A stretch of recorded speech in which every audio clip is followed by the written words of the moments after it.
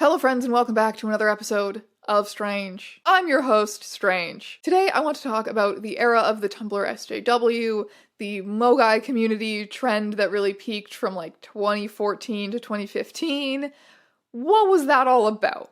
You know, now that we're all a little more mature, perhaps we should look at this with some different eyes. Maybe we'll learn something interesting. Mogai stands for Marginalized Orientations, Gender Alignments, Intersex. So this was the Mogai flag. It is an alternative acronym to LGBT that is designed to be even more inclusive of possible expressions. And the Mogai community is known for its eternally growing dictionaries of possible genders and sexualities, neopronouns, custom pride flags. And support for Mogai still exists today. I came across multiple active Mogai blogs on Tumblr while I was researching for this video, but it's not nearly as popular as it once was. And it's kind of the reason that Tumblr had that reputation for a while for being full of crazy snowflake teenagers with their genders. Like I said, it's been a while. I think it's time that we kind of do a little retrospective on this. But first I must announce that merch has returned. It was gone for a little while because I was having some problems with just declining quality from the merch company that I was using before, so I switched to a new company. I could not be more pleased with it. Everything is amazing. All the old designs are back, including, after all of these years, where is it?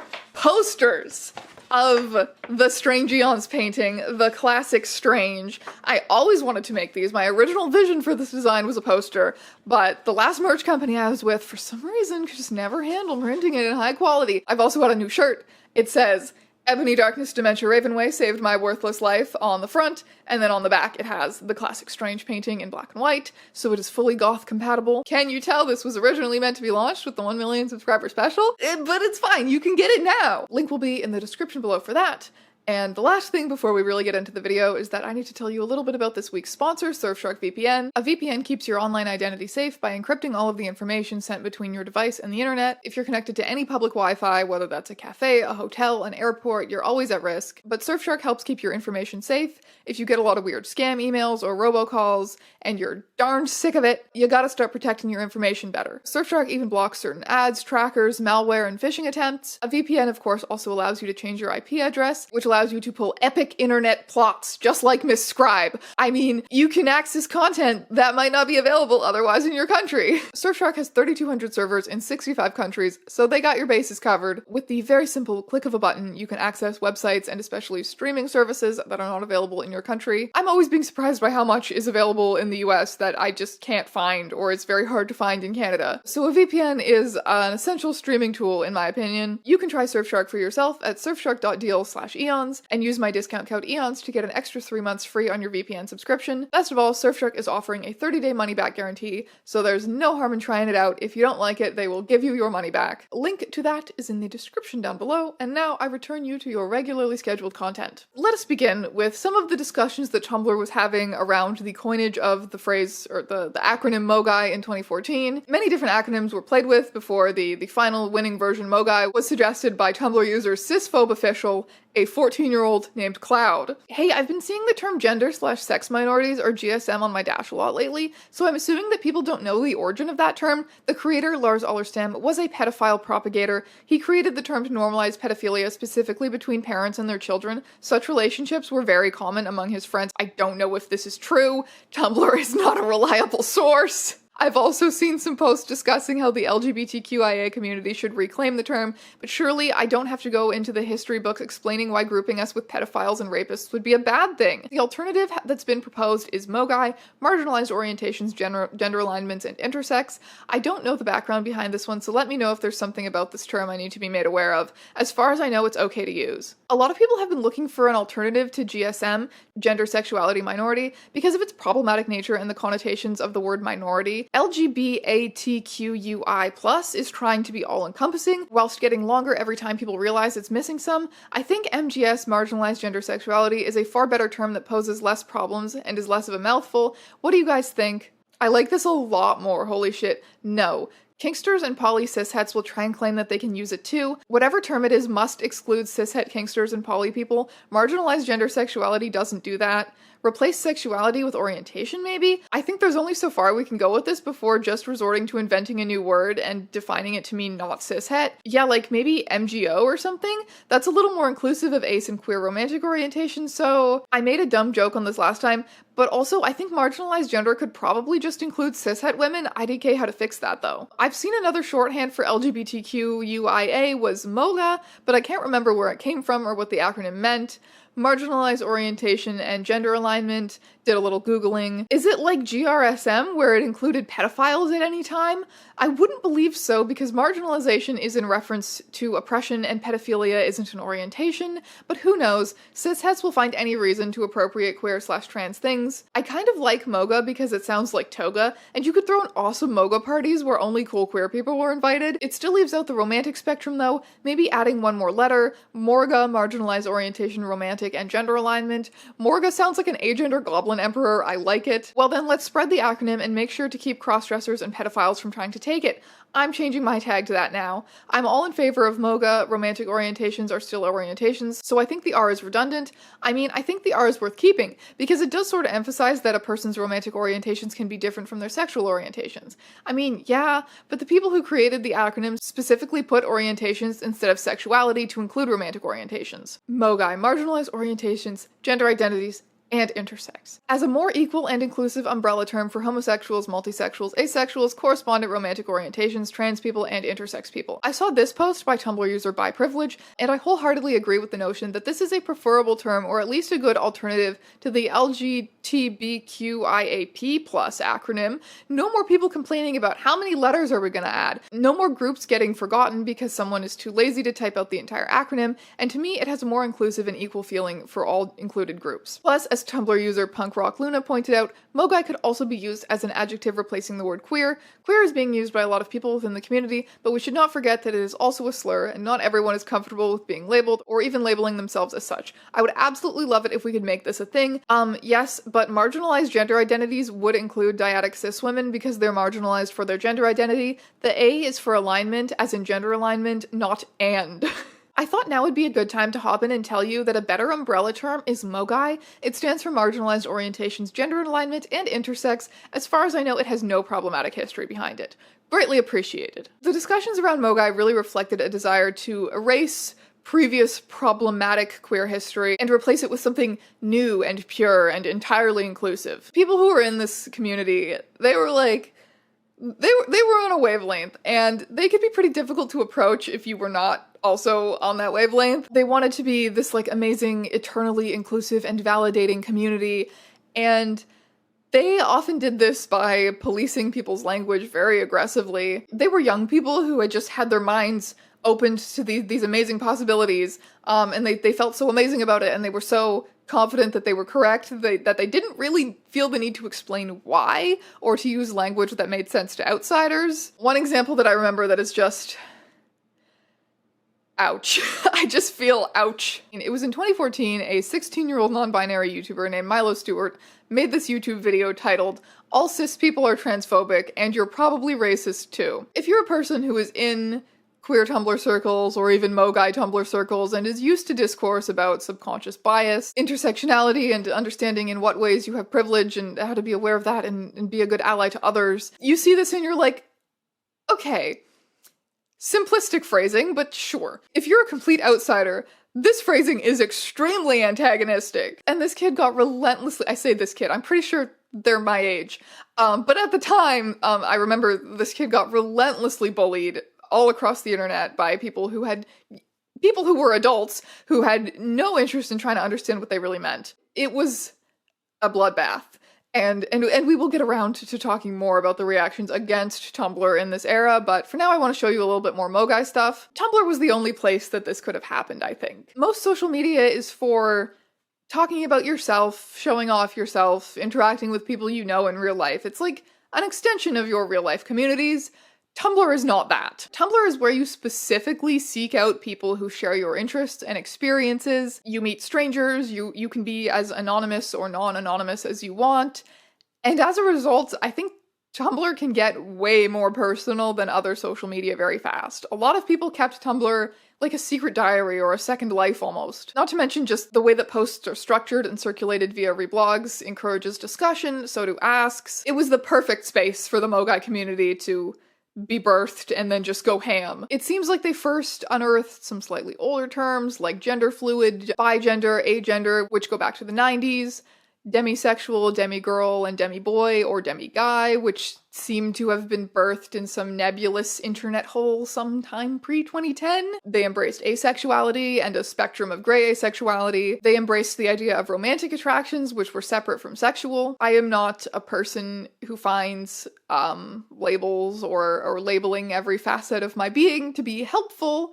to me personally, but if I was, my lord, I am so aromantic. Some people have difficulty differentiating romantic and sexual feelings, and there's Mogai labels for that too. And the thing is, people have undoubtedly always felt these feelings. Like, there's nothing that strange about the experiences that a lot of these words describe. But to give these experiences words and to say that they are valid, you who lives in a society that is constantly shoving romance and sex and cishet gender roles down your throat, you have the option to not want these things, or to want these things in any amount that feels right to you, and sometimes want them and sometimes not. It's kind of cool. It's kind of radical, probably, that these teenagers who were just growing up and trying to sort out their own feelings and their own interworkings ended up coming up with this whole new system for articulating those feelings. The mainstream words at the time were lesbian, gay, bisexual, transgender, sometimes queer, sometimes a vague plus. And they said, instead of working within the constraints of this mainstream language that might not always feel right, how about we really shake things up? And oh buddy, they did. The goal of the Mogai community eventually became to just coin as many possible gender labels, as many possible hypothetical genders as possible, and collect them on their shiny Mogai dictionary blogs. A lot of these terms were very similar to each other. It didn't really matter. There wasn't really any filtering for quality or coherence. Just create more. Just more genders. Just pour genders right down my throat. There were people who ran these like gender coining blogs who would just spout off these posts of like, Tuesday morning, good morning Tumblr, here's some genders I came up with. Gender identities that I came up with and liked. X-gender/E-gender. A-gender is like saying none of the above for gender, but X-gender/E-gender is like refusing to answer the question, crossing out the words, or eating the paper the question is written on. Xenogender, a gender that cannot be contained by human understanding of gender, more concerned with crafting other methods of gender categorization and hierarchy, such as those relating to animals, plants, or other creatures/things. Micro and macro gender, small and large feelings of gender that are not identifiable within social gender categories. Res gender, a gender that can be summed up as an undefinable, nondescript thing but manifests in hundreds of different genders that could be recognized and function as girl and or boy, but is entirely dependent on the context. Ungender, not without, but a negative. An unboy would be the negative of boy, and an ungirl would be the negative of girl. Neurogender. Neurogender describes when one's gender is in some way linked to one's neurodivergency, mental illness, or neurological conditions. It is an umbrella term for any gender related to being neurodivergent, but it can also be used as an identity on its own. Neurogender is not neurodivergency as a gender, but rather is a gender that is heavily influenced by neurodivergency. Apogender, Greek prefix apo meaning away from, separate. At the farthest point, a subset of gender in which you feel not only genderless, but entirely removed from the concept of gender. Egogender, Latin/Greek prefix ego meaning self, first person, a gender that is solely based on yourself, and no words seem to define it other than me gender. Histrogender, Latin prefix history meaning actor, a gender that is largely or entirely put on, a gender you adapt and act out when around others. Paragender, Greek prefix para meaning beside, near, a gender that is very near but not quite another gender, i.e. para-girl, vaguely a girl but not quite. 95% of what's out there is purely theoretical genders. Genders that were never adopted by anyone as far as I know. Could we theoretically live in a society where everyone's gender and pronouns are as unique as their name? Maybe. Sure. I'm not sure if that's necessary or attainable. And that is why creating Mogai genders was ultimately, it was a trend. It ended because labels like these lacked practical usage. For a little bit of evidence here, we can look at the gender census, which is an online survey of people who do not identify as male or female, run by an individual named Cassian, who wrote, "Back in 2013, I noticed there was a lot of confusion about the language used by non-binary people to describe themselves. This title was the best/most popular among gender non-conforming people. The real non-binary pronoun was that. No one who is really genderqueer calls themselves X, and I thought, no one is basing any of this on anything reliable, are they? Wouldn't it be cool if someone actually asked as many people as possible how they identify anonymously and neutrally, and then people could say things and back it up with some numbers? So I did it. And then, a little over a year later, I wondered if any of those popular words were still popular, or whether they were being overtaken by something new and more suitable. Are there any neopronouns that are becoming more popular that I can make cis people more aware of and consider using for myself? Wouldn't it be cool if I just ran the same survey again to see if anything had changed?" And the gender census has been going ever since. There was 2,000 responses to it in 2013. There was almost 40,000 responses to it in 2022. What we can see from it consistently across the board is that non-binary and genderqueer or queer remain by far the most popular labels. They, them pronouns are the most popular, and after that it's she, her, and he, him pronouns. The proportion of individuals using highly specialized gender labels and neopronouns has always been pretty small, despite that brief explosion of theoretical gender labels around 2014 from the Mogai community. I was a teenager when all of this was happening, and I do vividly remember thinking that highly specialized gender labels describing how your gender is like a root system or neopronouns were dumb. I remember thinking they were dumb. That was my teenage opinion. However, Tumblr did succeed in popularizing a lot of other labels that were simpler, had wider appeal. Non-binary, agender, aromantic, demigirl, grey ace, like, these are words I can remember that were extremely popular on Tumblr. I had actually, as a teenager, I had no way of knowing that these were relatively new internet era type ideas. My friends and I, we got all of our queer sex ed from Tumblr, and this is kind of just what we learned was out there. I realize now that there was not such a distinction for a lot of people who were on the outside of Tumblr. A lot of people would hear aromantic and moon gender and think it's all the same Tumblr special snowflake bullshit. But being on Tumblr back then, there very much was a distinction between a handful of very popular words that were pretty normal to us as teenagers and the eternal pit of Mogai gender coining. So, now I want to talk a little bit more about that outside reaction. In the 2010s, we were introduced to the idea of the normal, upstanding queer person who didn't challenge cishet paradigms too much. There were married gay people with kids in houses in the suburbs on TV. There were rich and famous trans women looking gorgeous on magazine covers. We have legal marriage in the US now. Homophobia is over and gay people are boring now. Get with the times. And then some Tumblr teens rolled onto the scene like, I think lizard should be a gender. And that,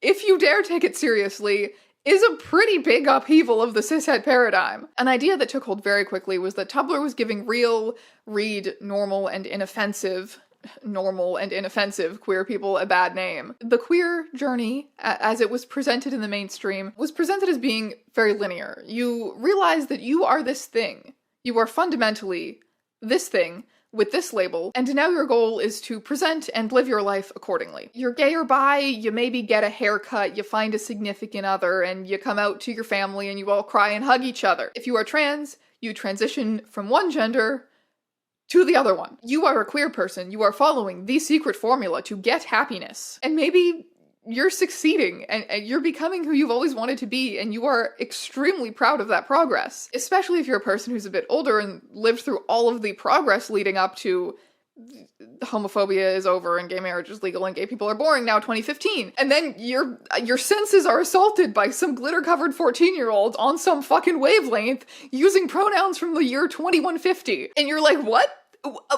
Okay. Some people felt really off-put and even personally hurt by seeing an ideology so foreign entering online queer spaces. An ideology that proposed tearing down a lot of established queer language in favor of new terms. The LGBT acronym is problematic and not inclusive enough. Saying minority is problematic. Saying marginalized gender is inaccurate because it technically includes cis women. Imagine being like a 40-year-old queer person who has spent decades in the community, decades of activism. You'd be like, what on earth the fuck am I supposed to do with that? I'm not saying Mogai. Where are your parents? The Mogai trend, the Tumblr attitudes about gender and sexuality remained very contained to Tumblr. You didn't really see support for this anywhere else online, and certainly not in real life. What you did have was a lot of people making fun of Tumblr. The anti-Mogai, anti-SJW, anti-Tumblr trend was so much bigger than the original trend that it was reacting to. I'm talking YouTube videos with hundreds of thousands, even millions in some cases of views, and this became like the thing that really defined Tumblr in the mainstream internet consciousness. The consensus was that Tumblr users were annoying, attention-seeking teenagers who just wanted to be special. They want to be oppressed so bad, even though they've never faced real discrimination ever, unlike real, normal queer people who don't challenge the cishet paradigm too much. They used to use the phrase oppression Olympics to talk about Tumblr. They used to use the phrase trans-trender, implying that being queer and being trans it's trendy with the teens now. All the teens are just saying that they're trans because it's cool, apparently, on Tumblr. Tumblr's interest in social justice was framed as the users all just being sensitive little snowflakes who would cry if their feelings got hurt, and so they were trying to make sure no one was ever said mean, offensive words again. It was probably tied up with the idea of, millennials all being entitled brats that was very prominent in the 2010s, even though most of the people who would have been participating in the Mogai trend would have been Gen Z or Gen Z millennial cusp like me. Back then nobody really talked about Gen Z yet. It was all millennials. All young people were all entitled millennials. Hilarious coming from the generation that thinks it's okay to yell at service workers. But I digress. There was a very popular subreddit called Tumblr in Action that was dedicated to dunking on gender special snowflakes and SJWs. Shockingly, it has since been banned for hate speech. And then it made its way onto YouTube. Originally, and I remember this. This is knowledge straight from my brain to yours. Are you ready? Originally, a lot of the YouTube channels making anti-Tumblr content were channels that had previously been anti-religious or anti-Christian. And I know that seems weird. I was talking to a friend that I've known since high school. We went to high school together, we were trapped in Catholic school together, and we were both little edgelords. And so sometimes we used to watch these anti-religious YouTube channels because it was cathartic for us. And I said to this friend, I was like, oh yeah, they do transphobia now. And she was like, they do what for? Why? It does make sense to me. I think there is a type of person who just lives to debate idiots with facts and logic. They just get a rush out of internet discourse that way. Could never be me. But I see why this type of person might be tickled by fundamentalist Christians and by Tumblr SJWs in the same way. Having dramatic reactions to things that they consider illogical on the internet is like their whole thing. So I think, honestly, it translated pretty well. Now, the other contingent of YouTube channels leading the original wave of anti-Tumblr content was channels by trans creators who tended to subscribe to the transmedicalist ideology, which says that being trans is a medical condition that is treated through linear transition from one gender to the other one. And they really did not like people trying to mess with or expand that definition. And when you have fought so hard to be the person that you are, it can be really difficult to come face to face with experiences of queerness that are so different from your own or even directly contradict your own. Having a bad reaction to seeing this kind of thing initially, I think, is completely understandable and deserves empathy. But oh my lord, some of these YouTubers took it quite far. They bullied children a lot, and they got so many views and they made so much money off of it. And I think some of them were also very young and regret it now, and so I'm not going to name names or show video clips or anything like that. If you were around, you know. There has always been a subset of queer people that is very eager to pander to the cishet majority. I'm not like those other weird queer people who throw it in your face. I'm normal, and I hate those gross queer people too. Please give me the meagerest of human rights, and together we can oppress them. From there, anti-Tumblr content just became massive, massive on YouTube. I'm talking the biggest channels on this platform were doing reaction videos to Tumblr in Action, and their disgust and their bullying was often phrased as just concern. Concern for the mental health of the obviously deranged teenagers on Tumblr, concern for the real queer people who fit nicely into the boxes that cishet society had allowed us up until that point. Can you tell that I have opinions about this? I mean, I created my channel partially in response to this trend. As far as I know, I was the first person to make videos about Tumblr, reaction to Tumblr, my Tumblr deep dive series. I was the first person to make those videos sort of reacting to Tumblr from a point of view of understanding as an actual member of the Tumblr community. I was sick and tired of watching YouTubers look at Tumblr screenshots on Reddit for 20 minutes and go, ew, bad, gross, cringe. It was boring. And Tumblr is so interesting. It is so weird and so interesting. So I took matters into my own hands and I brought the Tumblrina representation to YouTube. Anyway, back on topic. Everyone was looking at Mogai Tumblr and assuming that these labels, they just made these up. These don't mean anything. There's no history behind them. They are therefore bad and fake. But like, all words are fake. We made up all the words. All words to describe the queer experience were made up at some point. They were new at some point. Some of the first words in Western civilization, at least, were homosexual, invert, but these were kind of just imposed on us by doctors. So we chose words like gay. We chose the word lesbian in reference to Sappho because her poetry was one of the only literary examples of desire between women. It is important to us to be able to describe ourselves in ways that feel good and accurate. Because what is the alternative? Inadequate or derogatory language imposed on us by others? No language? No way to describe ourselves and to communicate about ourselves to others? When there are inadequate words available to us in mainstream language, creating words is radical. It is in itself a method of resisting dominant narratives. The flaw of highly specified Mogai labels is that they are not practical. Should we reinvent queer discourse from the ground up because our history is problematic? The word queer was once a slur, so etc. I think no. I think queer is the best possible umbrella word that I have, and so I say it, because it is the best way that I have to communicate what I mean to you. We aren't perfect now either, and we never will be. And language isn't perfect. No word will ever encapsulate a person's entirely unique, weird, soupy, complex, insane relationship with gender and sexuality. The purpose of putting limited language to our complex inner workings is so that we can communicate with each other. We can find each other and unite for common goals. What does any of this mean? Nothing at a first glance. If I have to open up the gender dictionary every time I meet someone, that's not practical. If every time I introduce myself, I also have to explain my gender and pronouns and custom pride flag, that's not practical. You know, that's not useful to queer community building. But like, of course it isn't. It's a system invented by teenagers on the internet who had never participated in queer adult life or community. Mogai is something that I think probably only ever would have worked online. I don't know, I'm open to being proven wrong.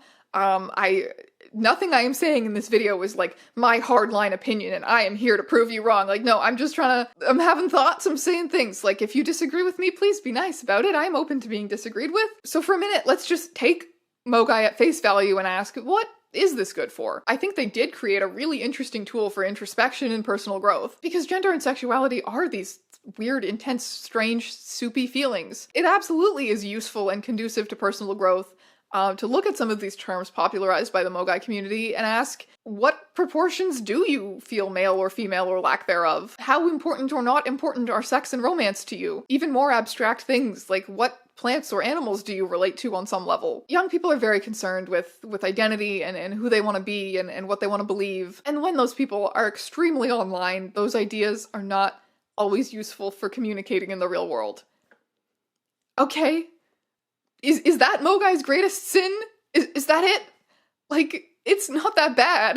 There should not have been like a solid 4 years where bullying SJW and Mogai kids was considered a super chill and well-adjusted thing to do. Before I leave you, I do want to acknowledge the sort of elephant in the room that not everyone wants labels or finds labels useful. Yes, I think the word aromantic objectively describes me.